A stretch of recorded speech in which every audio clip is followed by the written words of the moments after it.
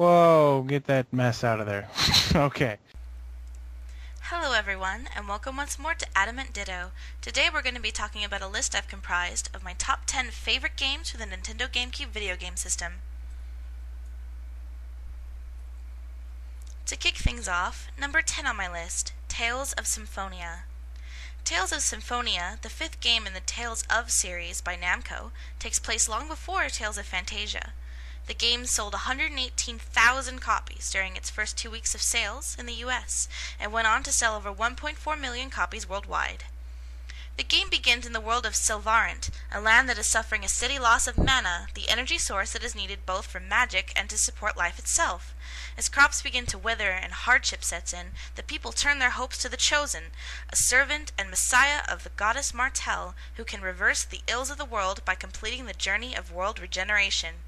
In order to regenerate the world, the Chosen must travel from continent to continent, awakening the summoned spirits that sleep at ancient shrines known as seals.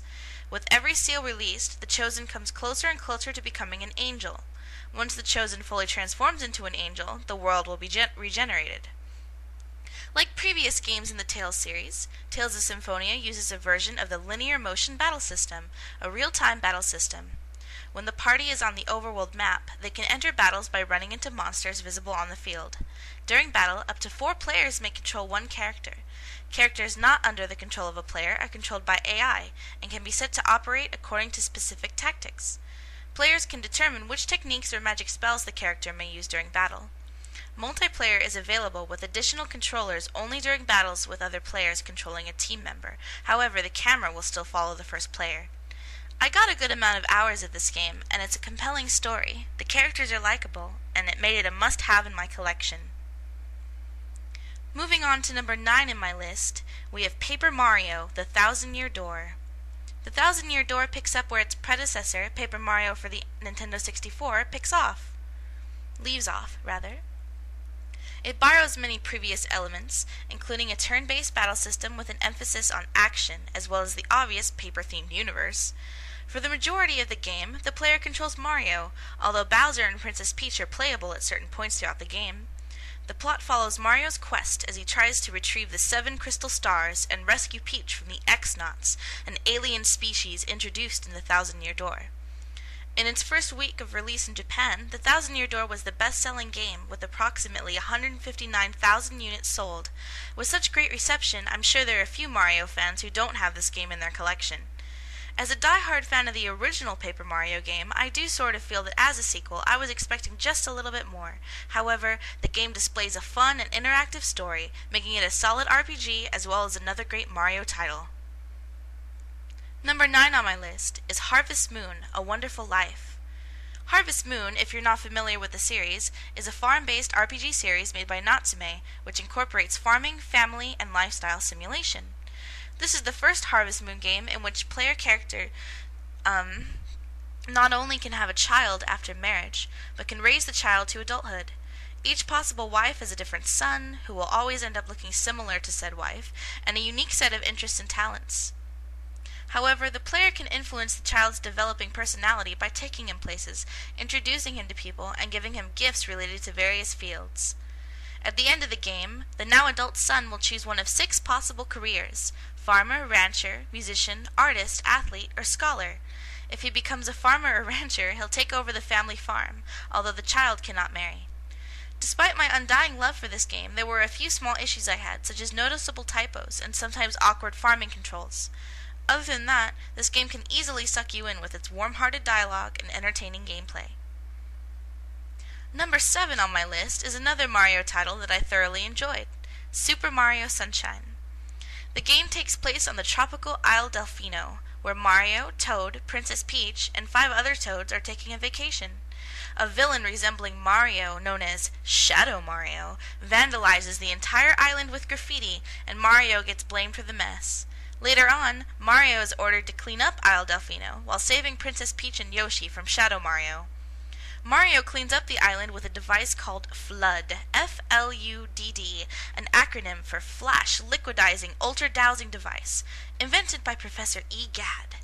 Super Mario Sunshine shares many similar gameplay elements with its predecessor, Super Mario 64, but also introduces new features like the ability to spin while jumping.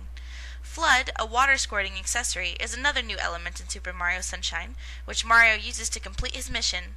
When Mario first acquires Flood, he can spray and hover in the air using its nozzles.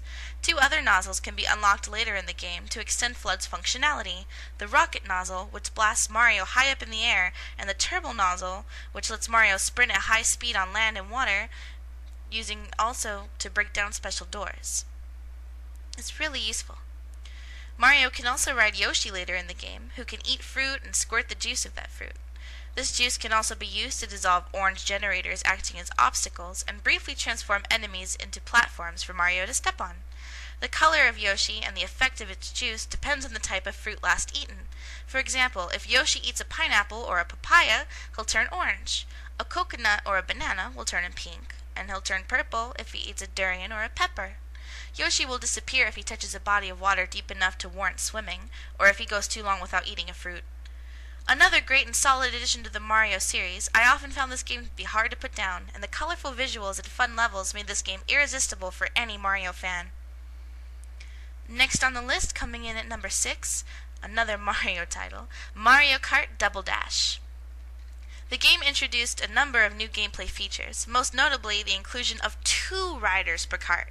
Double Dash supports LAN play using the Nintendo Gamecube broadband adapter, allowing 16 players to compete simultaneously. There are 20 characters to select from in total, with 11 of them being new to the series. A special item for each character had also been implemented. Allowing one player to drive, another player to toss items around, was a fun, interesting feature they added to this game. Besides being another fun and solid Mario Kart game, they also added several entertaining mini-game style courses, so if you ever felt a little worn out from the norm, there were more things to do. Next on the list, number 5, Soul Calibur 2.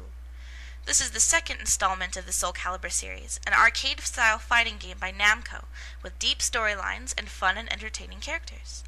Soul Calibur 2 presented the normal modes from most fighting games: arcade, team battle mode, time attack, survival battle, and training mode. There are also extra versions of these modes intended to allow the use of extra weapons. Each character has their own courses according to their story, and are shared by groups of 2 with the exception of the console-exclusive characters. This game is set 4 years after the end of Soul Calibur, which, based on calculations from a timeline released on the Soul Calibur Archive website, puts the game's story in the year 1591.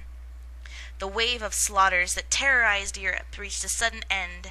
The knight in azure armor, Nightmare, and his followers were successful in collecting enough souls, and were about to start the restoring ceremony on the ruins of the once proud Ostenburg castle. But just as the ceremony was about to start, 3 young warriors assaulted the castle.